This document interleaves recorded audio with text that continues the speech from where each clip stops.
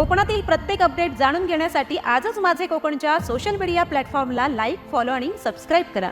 दापोलीतील doctor Balasaheb Sawant Konkan कृषी विद्यापीठाच्या विजयी क्रीडांगणावर 50वी कोकण परिक्षेत्रीय पोलीस क्रीडा स्पर्धा मोठ्या उत्साहात पार पडणार आहे। या संदर्भात रत्नागिरीचे अपर पोलीस अधीक्षक बी महामन यांनी पत्रकार परिषदेत माहिती दिली आहे। पालघर, मीरा भाईंदर, ठाणे, नवी मुंबई, रायगड, रत्नागिरी आणि सिंधुदुर्ग येथील पोलीस दलातील खेळाडू दापोलीत दाखल झाले असून स्पर्धेला भरघोस प्रतिसाद मिळत आहे।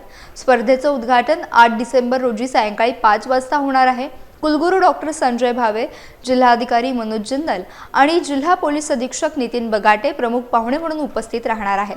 या स्पर्धांचा समारोप 13 डिसेंबरला होणार असून विविध विभागातील पोलीस खेळाडूंमध्ये रोमांचक क्रीडा रंगणार आहे।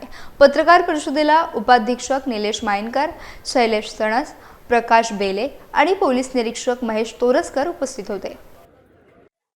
50वी कोकण परिक्षेत्रीय पोलीस क्रीडा स्पर्धा 2025 या रत्नागिरी जिल्ह्यातील दापोली या ठिकाणी आयोजित करण्यात आलेले आहेत।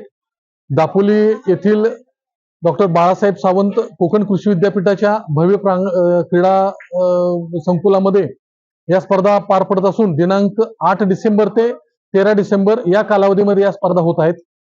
दिनांक 8 रोजी या स्पर्धेचं माननीय कुलगुरू कोकण कृषी विद्यापीठ दापोली आणि या जिल्ह्याचे जिल्हाधिकारी श्री मनोज जिंदल सर तसेच पोलीस अधीक्षक नितीन बगाटे सर यांच्या हस्ते या स्पर्धेचं उद्या उद्घाटन होणार आहे। या स्पर्धेमध्ये एकूण 1200 खेळाडूंनी भाग घेतला असून या सर्व खेळाडूंची निवासाची आणि राहण्याची, खाण्यापिण्याची सर्व व्यवस्था या ठिकाणी करण्यात आलेली आहे।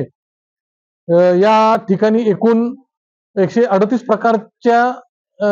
प्रकारचे खेळ पार पडणार असून त्या सर्वांचं नियोजन, सर्व पंच व्यवस्थापन चांगल्या पद्धतीने करण्यात आलेलं आहे।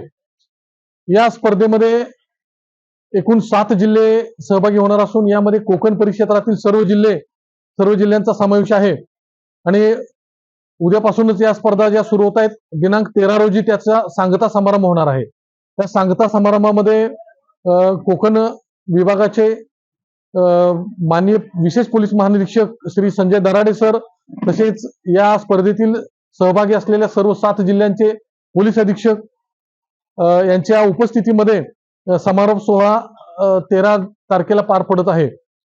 या सर्व स्पर्धांचं आयोजन या ठिकाणी रत्नागिरी जिल्ह्याला यावेळी बहुमान मिळाला असल्यानं चांगल्या पद्धतीनं पोलीस विभागाकडून करण्यात आलेलं आहे।